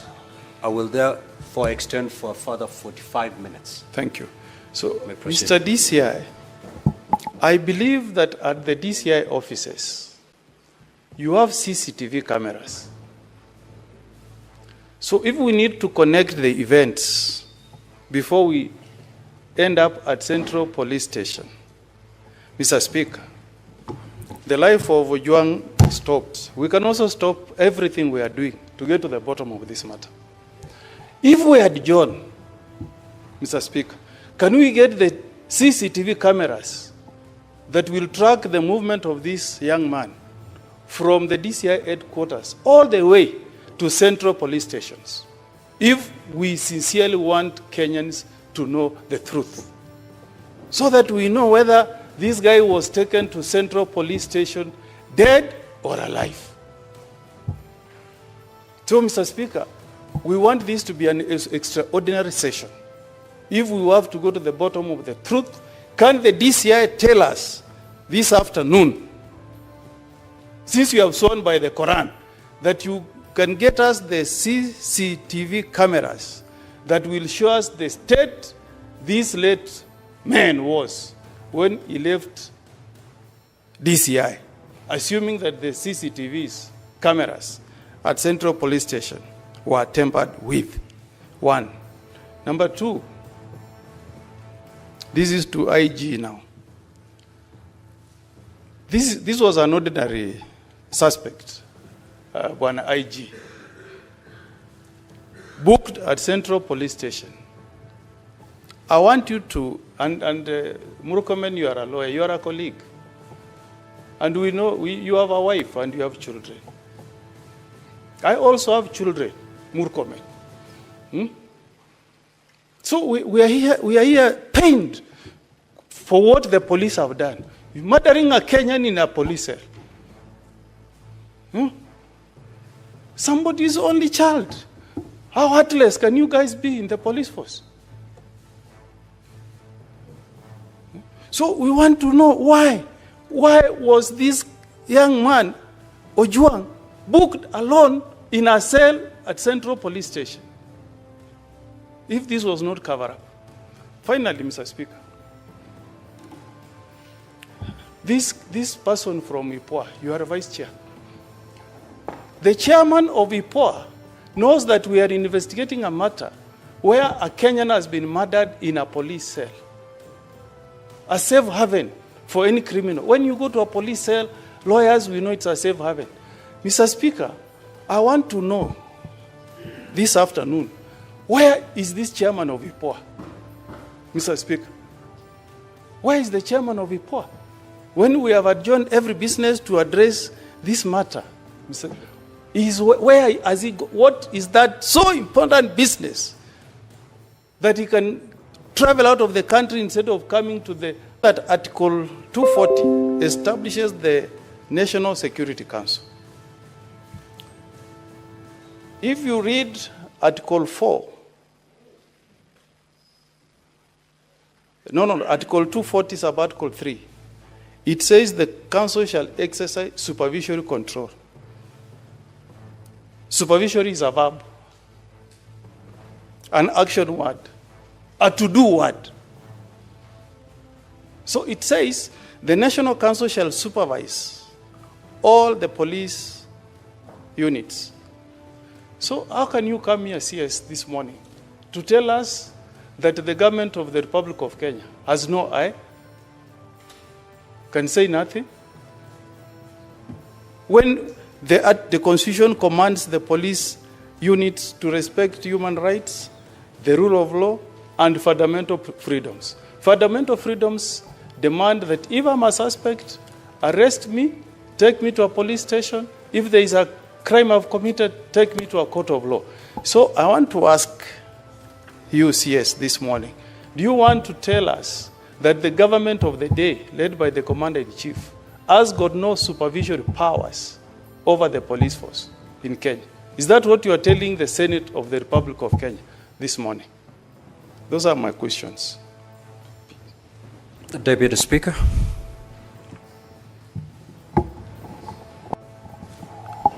Honorable Speaker, I did want to join my colleagues in addressing this matter. And Mr. Speaker, the report that the DCI officers who brought Albert OWJANG to Nairobi, and the report that he was safe and his body was okay, was of good health. I want to ask IPOA, because they have agreed with that report. And also they have made a conclusion at the end of the day that Albert OWJANG did not commit suicide. They have already concluded to that bit. So I want to ask IPOA, how truthful is the report that you have? Because maybe I saw from the media that there is a CCTV at the entrance of the Central Police Station. There is a CCTV also at the reception. All those CCTV cameras destroyed, that you have nothing completely to explain whether Albert OWJANG came when he was sound and safe. And maybe whether you are correlating the traveling from Omabay to Nairobi and to DCI, the way my colleague has explained here. So, because if you are investigators, you know, you cannot give us half-baked information. Just tell us exactly what has been happening. And because you are vice chair, you know, the chairman could really be the person to pin down. But because you are the vice chair, there are some things maybe even you have not privy to what is happening. Where is the chairman? Where is he that he cannot attend this important session? That the Senate of the Republic of Kenya has stopped all business to handle this matter since yesterday, Mr. Speaker. We spent actually the whole afternoon yesterday, today morning, we are ready to stop any business. I was to travel actually to my county. I have suspended everything that I was to do, either personal or official duties, so that we can handle this matter. Mr. Speaker, we can even decide we'll do it even in the afternoon. We are not in a hurry. We want to stop this thing once and for all. We want to help Kenyans. We want to help the government of Kenya to function. We can only help if we deal with the officers working for the government. Maybe the person at the helm might not be aware of what is happening, but we can only deal with issues affecting Kenyans if we handle officers of government to task. Let them explain. If the officer will say, I was given the authority to say this or to do this by another officer who is there than him, we want to go that level, Mr. Speaker. Therefore, my colleagues agree with me that we can suspend all business. Actually, the order number 9 was a report from liaison officer. Mr. Speaker, I'm not ready to move that order until we get clear information from this team which is here. We are not in a hurry. Let the Senate of Kenya, which I'm serving in this 13th Parliament, be known as the Senate which stopped extrajudicial killings. Mr. Speaker, 4 years ago we lost a very young man, not a sniper, Daniel Mudeini, sniper from Meru. Up to date, that guy has never been banned because we are waiting for investigations to be concluded. We lost another gentleman, Mwendambijewe, in 2016. Up to date, we have no traces of Mwendambijewe. Sniper is lying at the morgue in Maua Hospital. Still, we said we shall not bury him as a Meru community until we get justice for Sniper and his family. So, Mr. Speaker, I don't think if I'm a senator representing a community and then we come and rush over issues here, then we are doing the wrong thing, Honorable Speaker. Mr. Speaker, I can even resign as a senator for Meru if any business that we do here, we don't do it conclusively. I can tender my resignation. If at all we are doing things covering and then the officers will go, no conclusion. And Mr. Speaker, I'm really at the pains because of those two guys from Meru. Now the case of Homa Bay, I mentioned again. Homa Bay is breeding. They lost an MP the other day. They have lost another young soul. Mr. Speaker, we must get these things right, Mr. Speaker. And when we are consulting with my friend here, Majority Leader, he is also at the pains. He wants to see everything. Kila kitu acha ituchimbue kwa hii msakato saa hii, Bwana Speaker. Asante sana, Bwana Speaker. Senator Wambua, Senator Mazai and Senator Majority Leader just put the bench. Senator Wambua, you may proceed. I thank you, Mr. Speaker. Mr. Speaker, first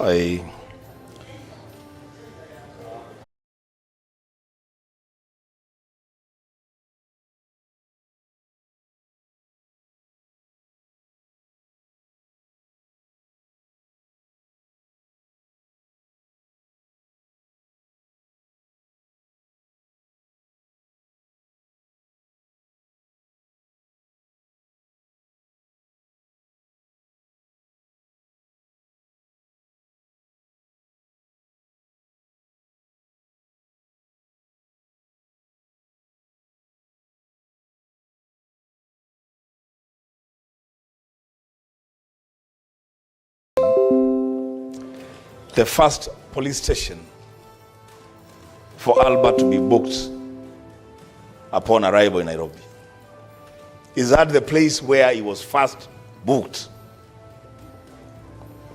Secondly, IG, did you tell us on record and under oath that the OCS Central Police Station confirmed that Albert was in good physical health at the time of being booked in the police cell? For us, if that question is answered, IG, then it will lead to a lot of other conclusions. Was this man okay when he was being booked in the police cell? One IG, who interfered with the CCTV cameras at the Central Police Station on the night in question? And you cannot tell us you don't know. Because if you don't, there's a big problem. Who exactly interfered with the CCTV cameras and for what reason? Number 4, to the CID boss.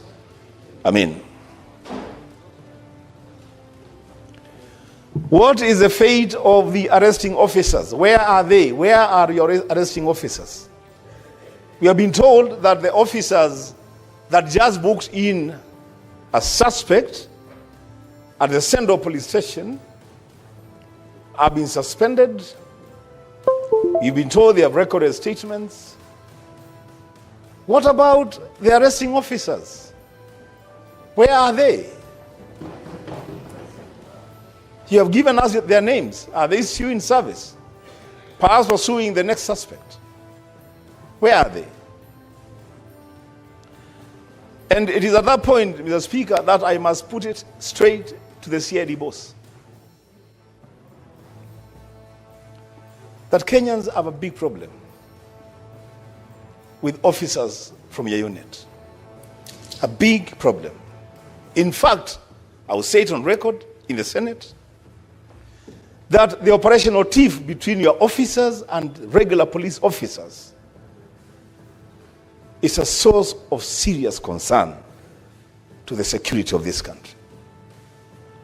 You cannot tell us that officers who just received a suspect are being suspended from service, and that the officers who did the arrest and transported a suspect all the way from Awego to Nairobi, we don't know where they are.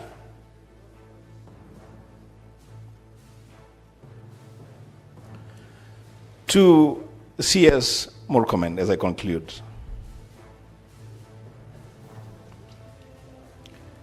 you are our colleague. So much so that we actually even have you in one of our social forums where we discuss our social issues as colleagues. My brother, when the country was faced with similar circumstances while you served with us here, you took a very firm position. I remember the day when you seated there, really digging into the character of then Regional Commissioner Natembeya, because you believed that he was doing certain things that were not right for Kenyans. To hear you today, Senator C.S. Murkomen, say that you have no eyes on matters security is a big betrayal to what we as leaders stand for. It's actually a shame. C.S. Murkomen, you can and you must do better. On this one, you can and you must do better.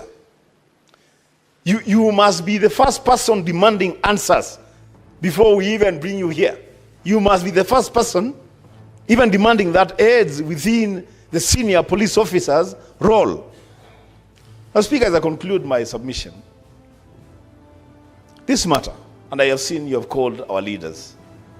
I don't know, maybe you consulted on the issue that I want to raise. The Speaker, this matter is so grave and so important that we cannot limit time for this.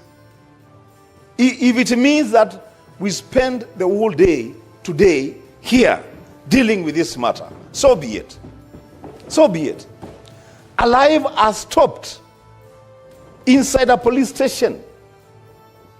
For the first time, I'm now being confronted with admissions from police officers that a police station is a scene of crime. And that crime is murder. Mr. Speaker, this is a serious issue. If people are being killed in police stations, we cannot say that we are rushing to other things. As Senator Meru has said, we have suspended a lot of things. I'm supposed to be attending a party PG, but I say no, this is important. This is important. The Speaker, give senators, colleagues, a chance to just deal with this matter.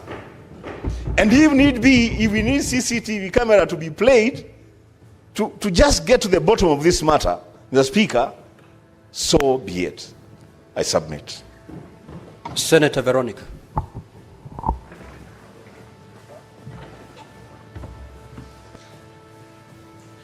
Thank you, Honorable Speaker, for the opportunity. And I want to thank the CS for coming in promptly to respond to issues that arise on your desk. Issues of serious urgency and serious emergency in our country. Honorable CS, I want to take you to Article 244 before I get into the questions, the specific questions of this matter. The Article 224 lays down the objects and the functions of the National Police Service. Honorable CS, I'm very concerned that, number one, under Article 244, sub-articles C and D, the National Police Service is supposed to comply with constitutional standards of human rights and fundamental freedoms of Constitution 2010, and D, to train staff to the highest possible standards of competence and integrity and to respect human rights and fundamental freedoms and dignity. And I want to remember the police officers who served during our days in the university. Honorable CS, we used to attend the Christian Union in main campus. We would go back to Parklands at night. The people who would escort us in the night were police officers. Where are the police officers upholding the constitutional standards of human rights and fundamental freedoms? And what are you doing as a means of policy to guide and help the police service to comply with Article 244 C and D? And a few years ago, there was a police reform program which was being managed by Laikipia University and maybe other universities. Is that program still on? Because I sense the police officers may not be understanding what to do with suspects when they arrest them. Are you going to revise your management strategy on how you reform the handling of suspects from the time of detection of crime, arrest, placement into custody, bail and board process, and how do you show accountability to Kenyans? What are you going to do following these very distressing incidents of Albert OWJANG losing his life in a police suspect? Until when that suspect is produced in court, how are Kenyans going to check? What document are they going to be checking? The next time somebody is arrested in a police station, are they going to sign something that they are not beaten?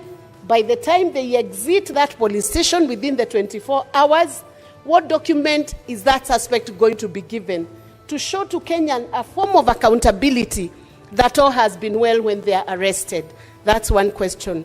And then I come to the specific questions that beg answers and which Kenyans want to hear. Who deleted Albert's X account? And when was it deleted?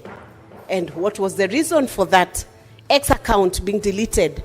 IPOA, you are the agency investigating this specific aspect. Initially, the account was being investigated for posting something against the DIG. But when investigations commenced and Albert eventually lost his life, who deleted Albert's X account? IPOA has given us a narration of evidence here that the CCTV at Central Police Station was interfered with. My colleagues have asked who interfered with the CCTV. I ask the next question. Was there a backup of what was in the CCTV? There must have been a backup somewhere. Can that backup be recovered so that the incidents of what happened in that cell can be made known to Kenyans? And finally, how long will these investigations take? I know IPOA was given 7 days by DPP through a public announcement. Within the 7 days, I believe this is the second day. How long will it take for justice to be granted to the family of Albert? And I want to say finally, CS, I hope you, together with the team that you are with here, you will have the boldness, because you've done a good thing, to offer condolences to the family. And we deeply feel with the family. And this is Senate's way of saying we are deeply sorry for what has happened to this family.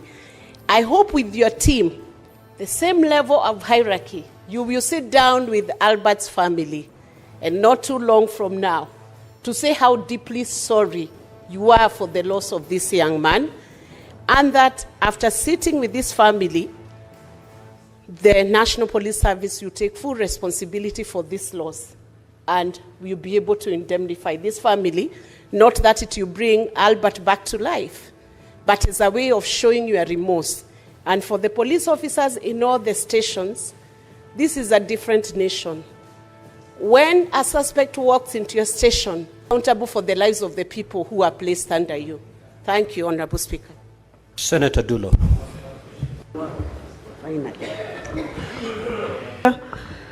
Mr. Speaker, I think the whole country is watching today this proceeding. I know this is a matter that is very serious, matter that is very serious. Personally, I should have had a function in my county, Mr. Speaker. Through your instruction, I had here in Isiolo County to be here to listen to this proceeding and also contribute to it. Mr. Speaker, I want to ask IG and the team. We have been told that DIG wrote to DCI to carry out investigation.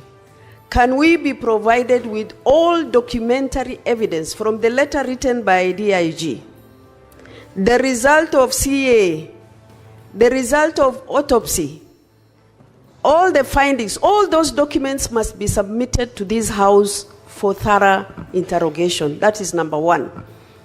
Number two, Mr. Speaker, there is tendency of actually, in the case of cybercrime, where individuals commit crime, they are transported all the way from where the crime is committed to Nairobi, where taxpayers' money is spent, police officers are sent, vehicles are fueled.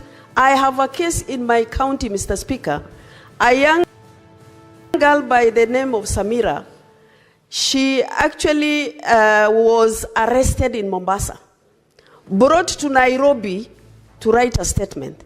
From Nairobi, she was taken to Isiolo to write a statement. She has a young baby. Mr. Speaker, her telephones were taken 3 months ago. Up to now, they were not returned to her. Is there a law that says when somebody is arrested, for example, in Mombasa, she should not be tried there? She should be brought to Nairobi or taken wherever police want to take them. That is number one. Mr. Speaker, I am not happy with the position given by IPOA. Of course, they have had their findings. What action or instructions have they given out as far as their preliminary investigation is? Mr. Speaker, I think this is a very serious matter